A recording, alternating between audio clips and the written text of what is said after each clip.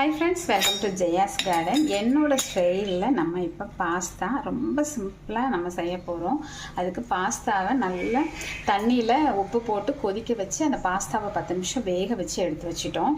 இப்போ கொஞ்சமாக நான் ஆயில் விட்டுருக்கேன். அதில் நல்லா தாராளமாகவே நீங்கள் பூண்டு பொடிசாக கட் பண்ணி போட்டுக்கோங்க. ஒரு 2 வதங்கின உடனே நல்லா பொடிசாக கட் பண்ண வெங்காயம் போட்டுக்கோங்க. பூண்டு வந்து ஜாஸ்தி இருக்கட்டும், வெங்காயம் கம்மியாக இருக்கட்டும். காரத்துக்கு இந்த மாதிரி நல்லா ஒரு 3 மிளகா பொடிசாக சாப் பண்ணி எல்லாத்தையும் சேர்த்து நல்ல ஒரு கோல்டன் ப்ரௌன் வரணும். அந்த ஒரு ஃப்ளேவர் கிடைக்கும் இது மூலமாக. இந்த அளவுக்கு நல்ல கோல்டன் ப்ரௌனாக ஆனதுக்கப்புறமா நல்ல ஒரு பெரிய தக்காளியாக ஒரு தக்காளி நல்லா இந்த மாதிரி மிக்சியில் அரைச்சி வச்சுக்கலாம். அதை ஊற்றிட்டு அதோட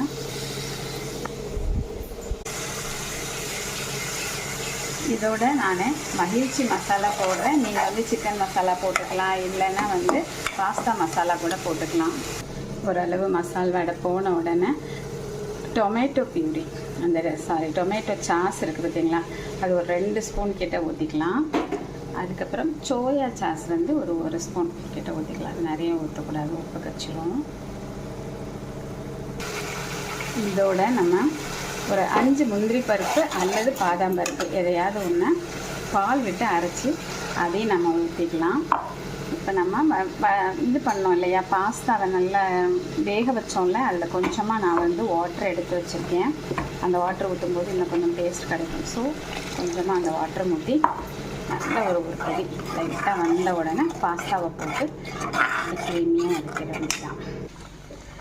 ஒரு கொதி வந்த உடனே பாஸ்தாவை தட்டிடலாம்.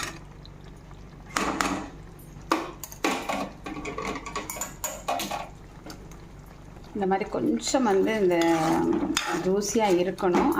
அதிலேயே வேகணும் இந்த பாஸ்தா, அப்போ தான் வந்து நல்லாயிருக்கும். இதோடைய கை நிறைய கொத்தமல்லியும் போட்டுட்டு இறக்கும்போது நான் காமிக்கிறேன். தாங்க இந்த மாதிரி சாப்பிட்ற ஸ்டேஜில் நல்ல அந்த தண்ணியெலாம் வற்றினதுக்கப்புறம் இறக்கிற வேண்டியதான். நீங்களும் இது மாதிரி செஞ்சு பார்த்துட்டு எப்படி இருந்ததுன்னு சொல்லி கமெண்ட் பாக்ஸில் சொல்லுங்கள். பிடிச்சினா லைக் பண்ணுங்கள், ஷேர் பண்ணுங்கள், கமெண்ட் பண்ணுங்கள். மறக்காமல் சப்ஸ்கிரைப் பண்ணி சப்போர்ட் பண்ணுங்கள்.